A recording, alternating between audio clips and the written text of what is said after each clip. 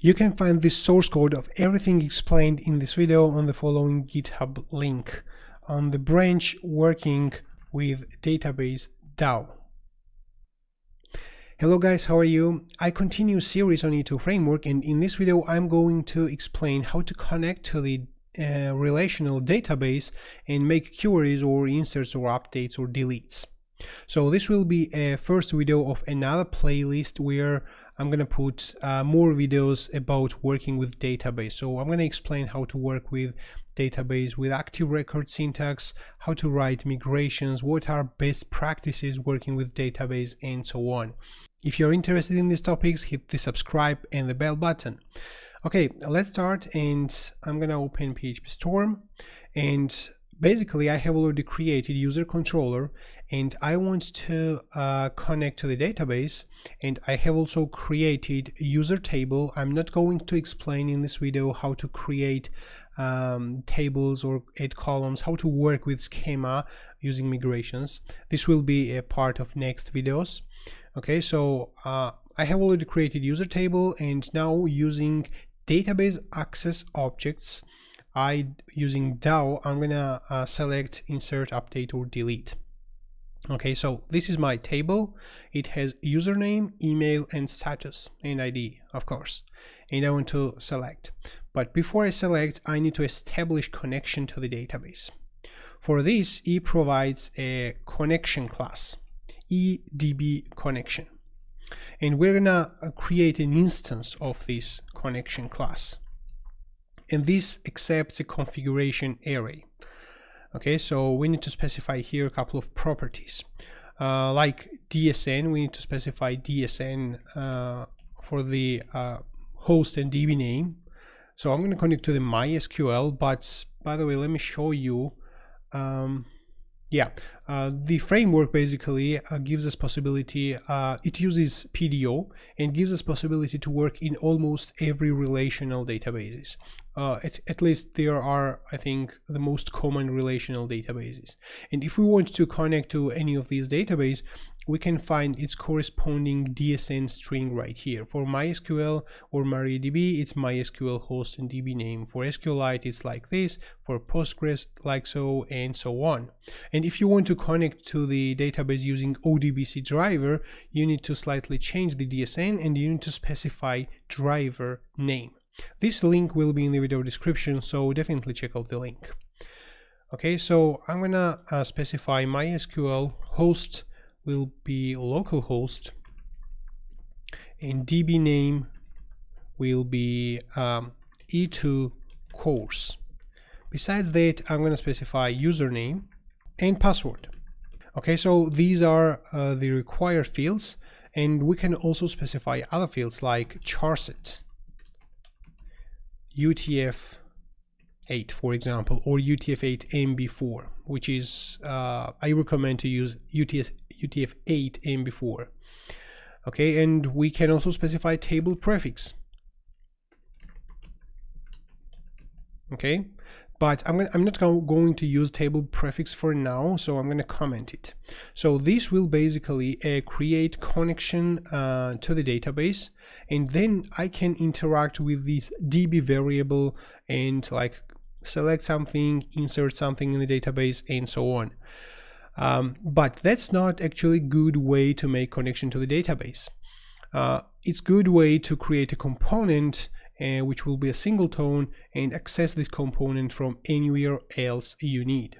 Okay, so let's go to the config web, and by the way, we already have here DB component, and this DB component is basically an array which is written in the DB PHP, and it has this class. It's a configuration array. It has this class, DSN, username, password, and charset. And here we have some commented fields which are necessary for production.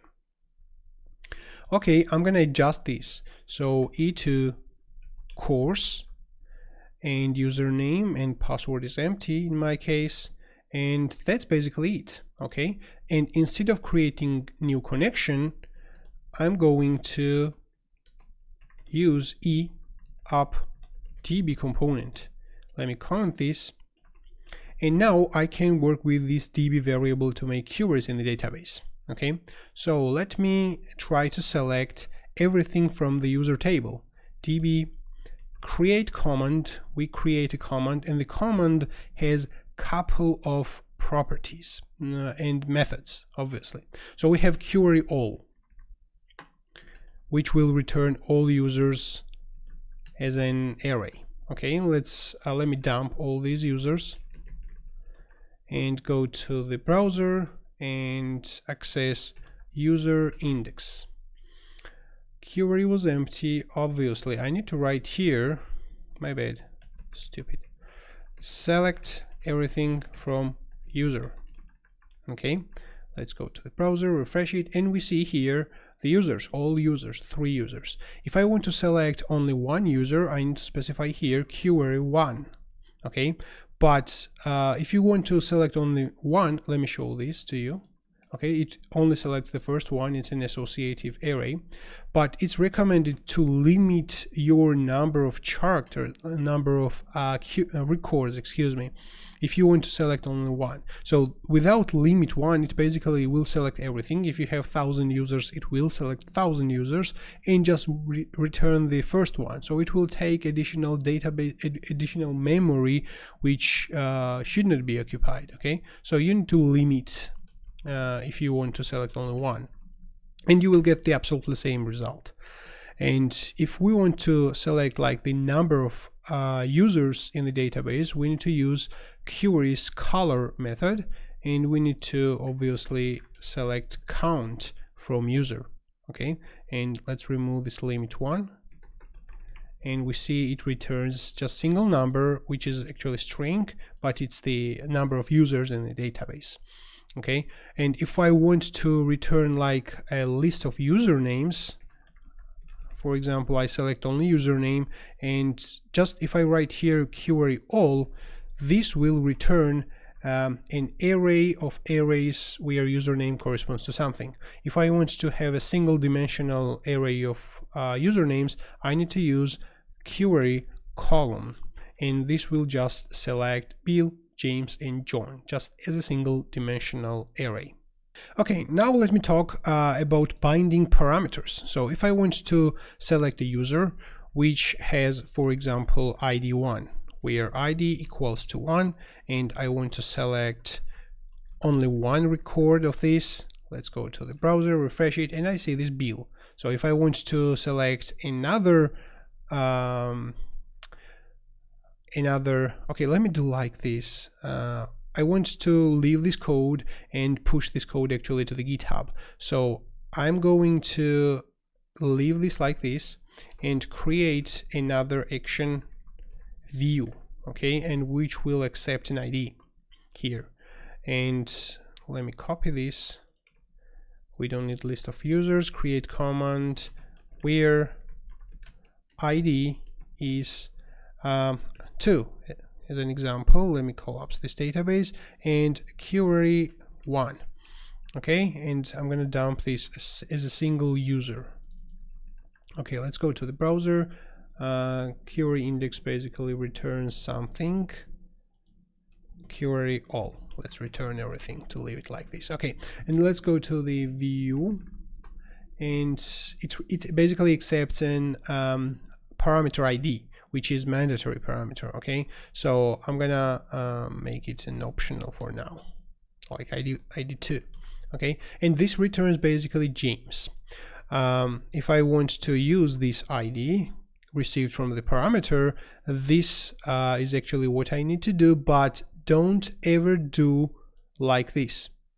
So concatenating a received parameter from get or post requests and using in the query is really bad thing. So SQL injection, your code is basically SQL injectable code.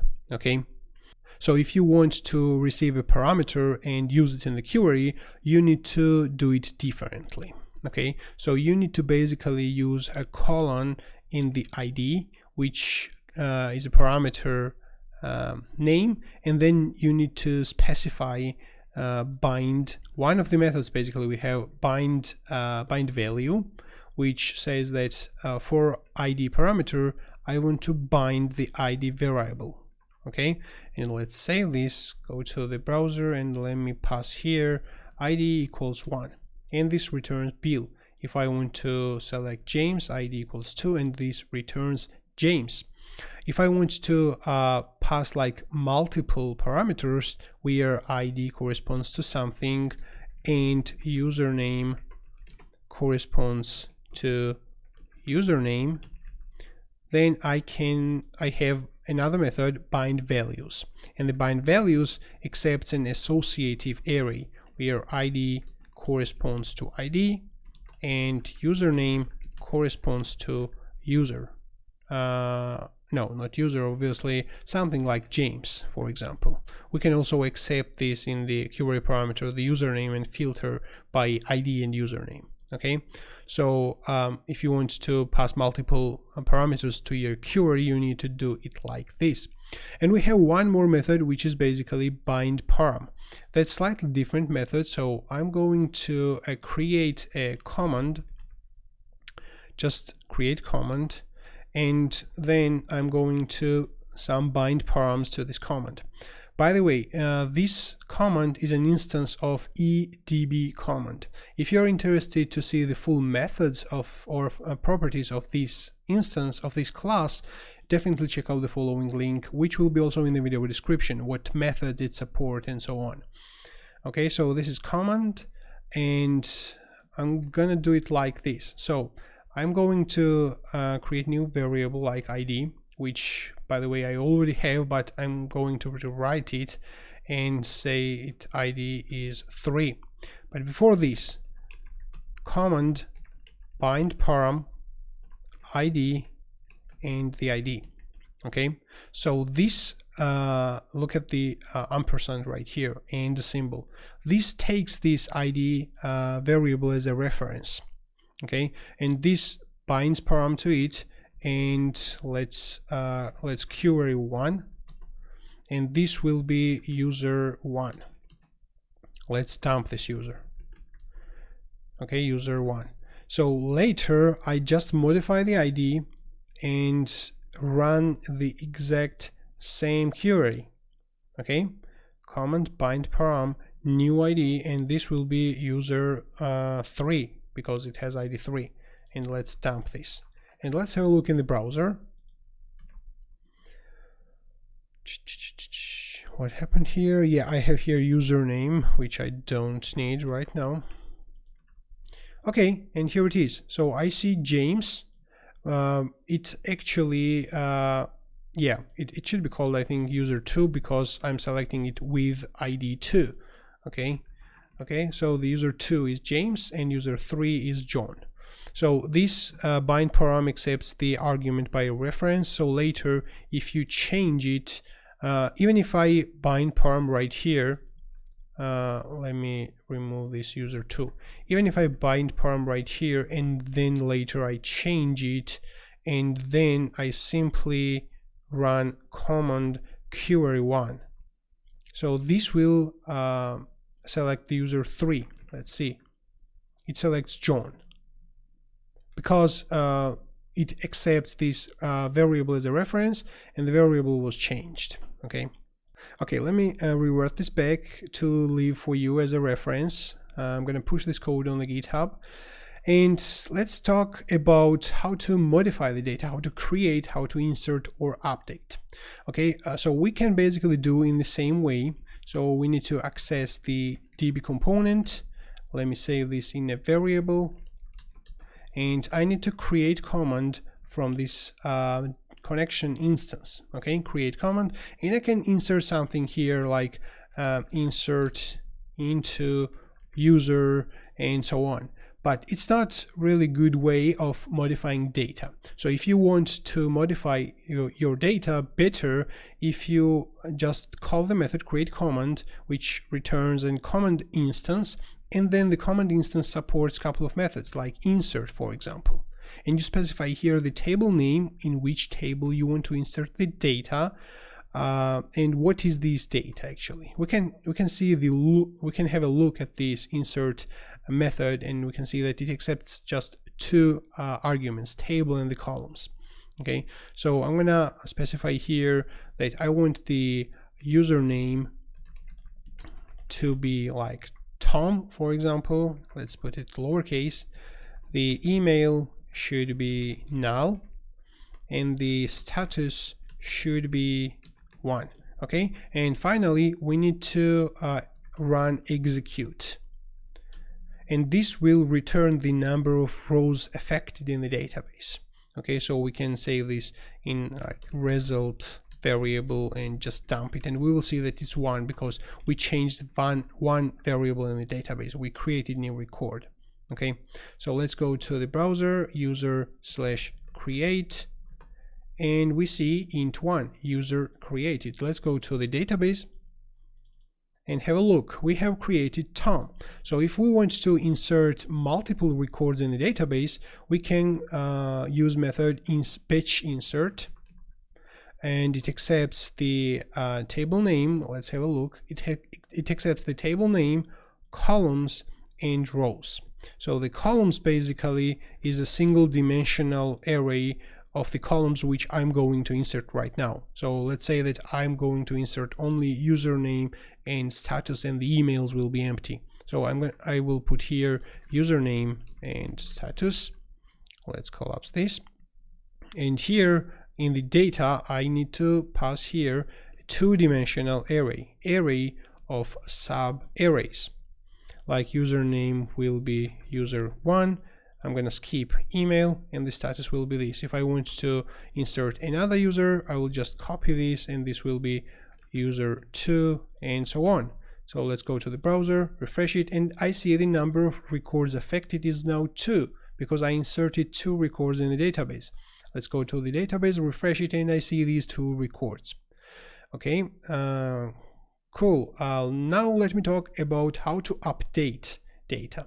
So let me just take this db variable, and let me show you create command, update, the table is user, and here we need to pass 2 more arguments. Let's have a look. So the first argument is the columns which I want to update, and the third argument is the condition. So the first argument is actually table, second is columns, third is condition, and we can additionally pass like params. So let's pass here the columns I want to update. For example, I want to set email to like user1@example.com. Okay, and the condition will be like where ID corresponds to 5. I think it's 5. So for user1 the ID is 5, and I want to update its email, and I can pass here additional parameters as a fourth argument, and I want to specify here execute, and this also will return the number of rows affected in the database, which I'm not going to print right now. Let's go to the user update, and let's have a look in the database. Yes, it is updated, and user1 has now email. Okay, let me show you one important thing. So let's say that I want to update all records where email is null. So let's put this in the email is null and remove this ID corresponds to something. Let me duplicate this code and comment it for you to have a future reference, and email is null. Okay, and we don't need this. I want to update every user which has email null and basically set the email to be username. Okay, you probably think that this will work, but let's see what will happen. So basically it wrote their username everywhere because it evaluates this as a string, not as a column name. Okay, so I have to set null again to these in these fields, and let's go back to here and let me show you how to do this. So if you want to use one column as a value and assign it something, you need to use new instance of the expression, eupdb expression, and you need to specify here the username. Okay, so this will be identified as a database column, not as a string. Okay, let's go to the browser, refresh it, go to the table, and we see here that the emails now become whatever is the username. Okay, so obviously we shouldn't make email username because it's not valid username, but we can use here any valid MySQL or any database, whatever you are using syntax. Like we can use concat and use username and like example.com. So we can concatenate basically username and example.com. Let's go to the table, just set this back to null, go to the browser, refresh it, and here it is. Okay, let's talk about deleting. Okay, so let's go to the delete action and paste this db and work with it. So create command. I'm going to execute delete on table user, and I need to specify condition right here where ID, for example, corresponds to 5, and we need to run execute. My recommendation is to, if you don't exactly remember what the method does or what parameters it accepts, definitely click with your control and follow the method and read more about this. Okay, so you will see in this case that it accepts 3 parameters, and if you want to specify like params, you can do it right here. This condition, by the way, right now what I have written, ID corresponds to 5, is an associative array, but it can also be a string. Okay, so if I run this, it will delete user which has ID 5, but if I want to delete with the string condition, I can just write ID corresponds to 5. Okay, if I want to like pass here ID which will be received, let's do this like ID, and if I want to pass this ID in the delete condition, I can of course concatenate, as I said, but it's the worst practice about working the database, and I need to specify the named parameter, and then I can like bind value, or the second way, which I prefer, is to pass this params associative array where ID corresponds to the ID variable received from the method, from the actions parameter. Okay, so now if I run this, it will delete.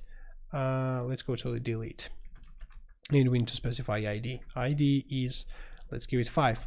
So user deleted. Let's go to the database, and we don't see the user with ID 5 anymore. So whenever you are about to write a condition, or when you're about to like update the record, always use named parameters instead of just concatenating your received variable to a string. Okay, let me talk about one more action, which will be upsert. Okay, this is really cool method, and it actually tries to insert in the database, but if the record already exists in the database, it will just update. Okay, so in this case, if I modify my username and make it unique, so the username in database is unique, and let's say that I want to insert a new user in the database which has like existing username like John. Okay, so let me create command, and I'm going to use upsert, and let's have a look at the methods and properties of the upsert. Table, insert columns, update columns, and params. Okay, perfect. So we need to insert in the user. Insert columns will be like username will be John, email will be johndoe@example.com. Let's do just like this. And the update columns will be, if email already exists, let's use this johndoe@example.com. Okay, and let's run execute. Let's go to the browser and access this upsert action. And here it is. So it didn't insert a new record, instead update existing one with john.doe@example.com. Okay, I want to show you 2 more things, and that's it for this video. Okay, let me create one more action. like quoting. Okay. So when we are writing the queries, the framework basically will add additional backticks to the query. Okay. So if my query is basically select username from user, the framework, before it executes the select, it will add these backticks next to the around username and around user.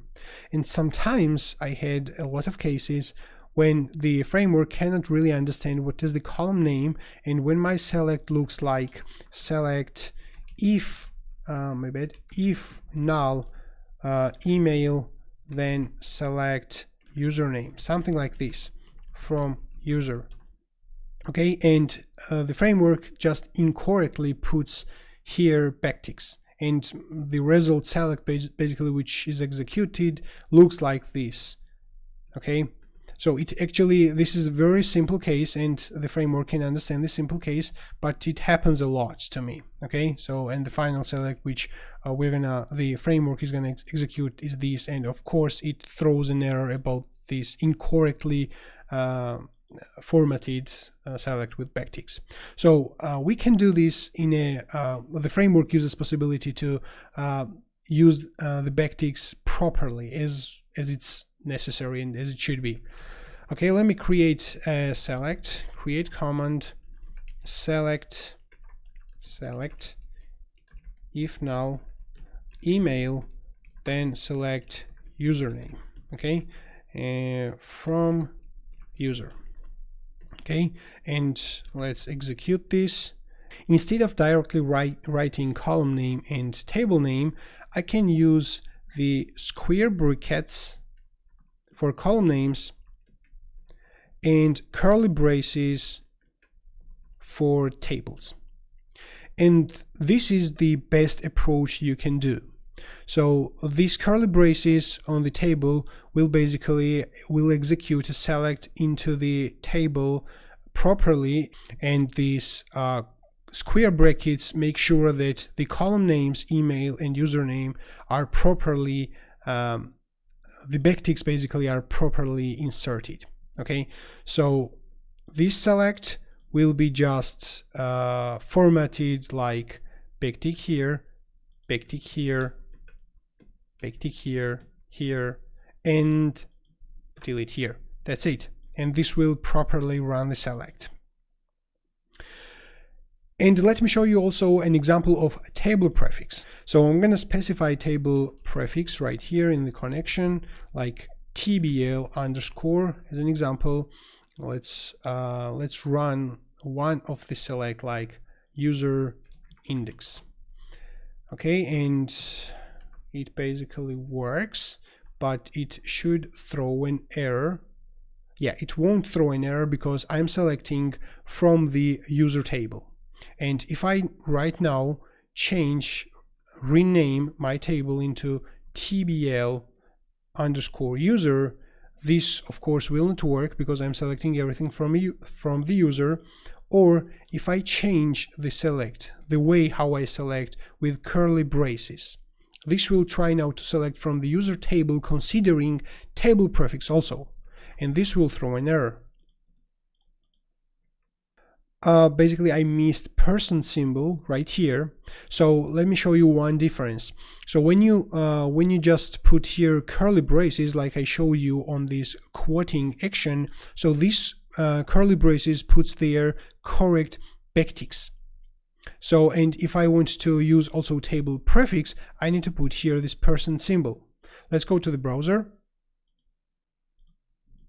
refresh the page, and I see here an error, base table or view not found, like tbl user doesn't exist. So it's always good practice to write your code in this way. Use curly braces, use person symbol if you are not too lazy. And once when you decide to add table prefix to all your tables to make them unique in terms of name, you can easily do this only in the database. You don't have to update the code at all. Okay guys, that's it for this video. Thanks for watching. It's a little bit long video, but I think it's really informative and I helped you understanding or learning something. Let me know in the comment section what you think about this particular video, what you want to see next. And thank you once again, and see you guys then next time.